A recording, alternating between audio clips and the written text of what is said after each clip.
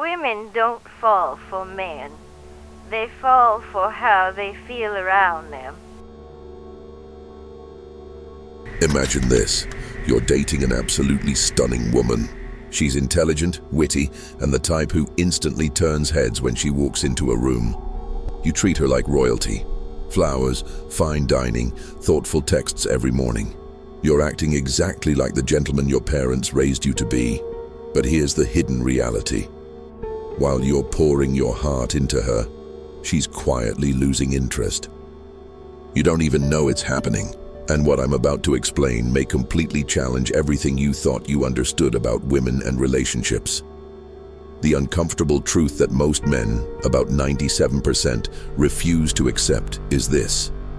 For a woman to truly feel love, desire, and long-term loyalty toward you, she can't ever feel completely certain about your affection. She must always feel like she's striving upward, reaching for your attention. The first principle.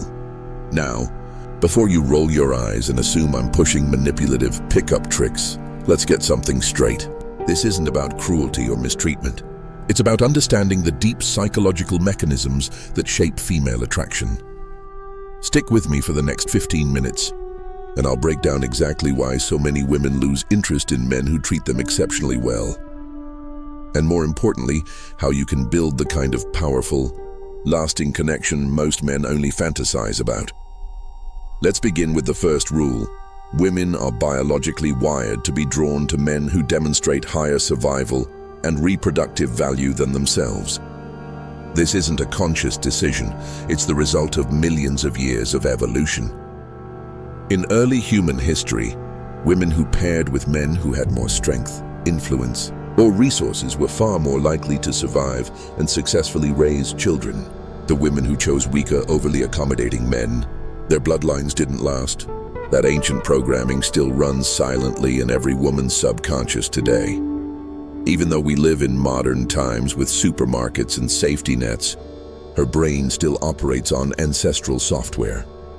If she senses that your value is equal to or lower than hers, attraction switches off automatically. This leads us to the concept of sexual market value. Imagine dating as a marketplace where people hold a certain perceived worth based on appearance, status, personality, and resources. The harsh truth: women only feel genuine attraction toward men whose SMV they view as higher than their own. Here's where most men go wrong. They think SMV is only about external factors: job title, wealth, muscles, height. Sure, those things can help, but they aren't the core drivers of attraction. What matters far more is how you present yourself, how you respond to her, and how little you rely on her validation. Let me give you a real example. I once knew a lawyer, successful career, luxury car, great physique. He spoiled women with lavish dinners, endless compliments, and dropped everything whenever they called. Despite all this, women consistently lost interest after a short time. Then there was another man I knew, a bartender living in a tiny apartment. He didn't try to impress women with grand gestures. He joked around, kept things light, and never panicked if they didn't text back immediately. Women chased him relentlessly. The difference? The second man projected abundance. He carried himself as if he had options. The lawyer, despite his material success, gave off the vibe of desperation. Women read those signals instantly, and that dictated their attraction more than any status symbol. The second principle. Here's the next golden rule. The more uncertain a woman is about how much you like her, the more energy she invests in thinking about you. If you constantly shower her with texts, praise, and attention, she doesn't have to put any effort into earning it. But if you create a bit of mystery, if she isn't fully sure of where she stands, her brain kicks into overdrive. She starts wondering, does he like me? Why hasn't he replied yet? What's he doing right now? That mental engagement is the foundation of attraction. This works because of intermittent reinforcement. When attention and affection are predictable, people get bored. When it's inconsistent and unexpected, people become hooked. Think of your approval as currency. It only has value when it's scarce and not handed out freely. Predictability kills attraction. One of the fastest ways to drain attraction is to become predictable. When she knows your schedule, your reactions, and your routines inside out, she loses curiosity. That's why relationships often start exciting and slowly fade into dullness. This is also why the bad boy archetype works, not because women want to be mistreated, but because unpredictability keeps them guessing. It keeps them emotionally invested. Here's another key point. Women often test you, not to be manipulative, but subconsciously to gauge your value. These tests are less about skill and more about seeing how much you like her. Examples. The comparison test. She mentions another attractive guy.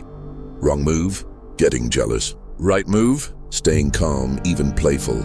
The availability test. She cancels last minute. Wrong move? Begging to reschedule. Right move? Simply moving on with your own plans. The attitude test. She acts distant. Wrong move? Trying to fix it.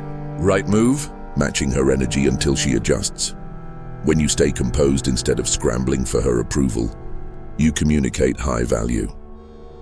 If a woman subconsciously perceives that your value is beneath hers, her biology reacts as if you're not worth reproducing with. You'll notice less intimacy, more irritation, and growing distance. This isn't necessarily personal, it's evolutionary wiring. The encouraging part? You can turn things around by changing the way you present yourself and rebalancing the dynamic. Normally, women communicate indirectly, dropping hints instead of asking directly. But when she feels she might lose you, she switches to overt communication. Suddenly she's affectionate, openly says she misses you, or becomes proactive about spending time together. That's her subconscious making sure she doesn't lose a man she sees as high value. Here's the paradox. Women often end up with men who treat them worse over men who treat them better. Not because they enjoy mistreatment, but because indifference or risk-taking signals abundance and higher status. The overly nice guy, on the other hand, communicates through his behavior that he's just grateful she even gave him a chance. That screams low value. Remember, women don't fall for men, they fall for how they feel around those men. If you put her on a pedestal, she feels powerful, but not attracted. If you challenge her and make her earn your approval, she feels excitement and desire. The most magnetic trait a man can embody is abundance, the mindset that you don't need her to feel fulfilled. This doesn't require juggling multiple women, it's about your mental state. When you truly believe you have options, you naturally behave in attractive ways.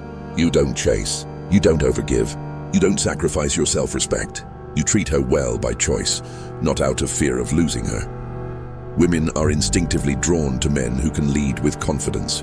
Leadership isn't about control, it's about decisiveness. Instead of constantly asking, "What do you want to do?" you say, "Let's try this new spot tonight." When you make decisions confidently, she can relax and trust your judgment. That balance of strength and care is what feminine energy responds to. In every relationship, the one investing more emotional energy has less power. If you're always initiating, compromising, and overgiving, she'll lose respect. The goal isn't zero investment, but balanced investment, matching her effort instead of overextending. Perhaps the most important concept is frame control. Your frame is the way you view yourself, her, and the relationship. Women will test your frame to see if you'll abandon your perspective to please them. If you hold steady with quiet confidence, you signal strength and reliability. Here's the tough truth. Love and attraction are not the same thing. Love is about care and commitment. Attraction is about challenge, uncertainty, and striving. If you focus only on being loving and dependable without maintaining attraction, the relationship loses its spark. The best relationships combine both care and commitment, but also unpredictability and excitement. At the end of the day, you have two options. Number one, keep playing the nice guy role and wonder why women lose interest. Number two, accept these uncomfortable truths and build the kind of passionate, lasting relationships most men only dream about. Stop chasing. Stop over-investing. Start embodying the man she feels fortunate to win over. That shift will not only transform your dating life, but your entire dynamic with women. This is the raw psychology of female attraction. Understand it, use it wisely, and watch everything change.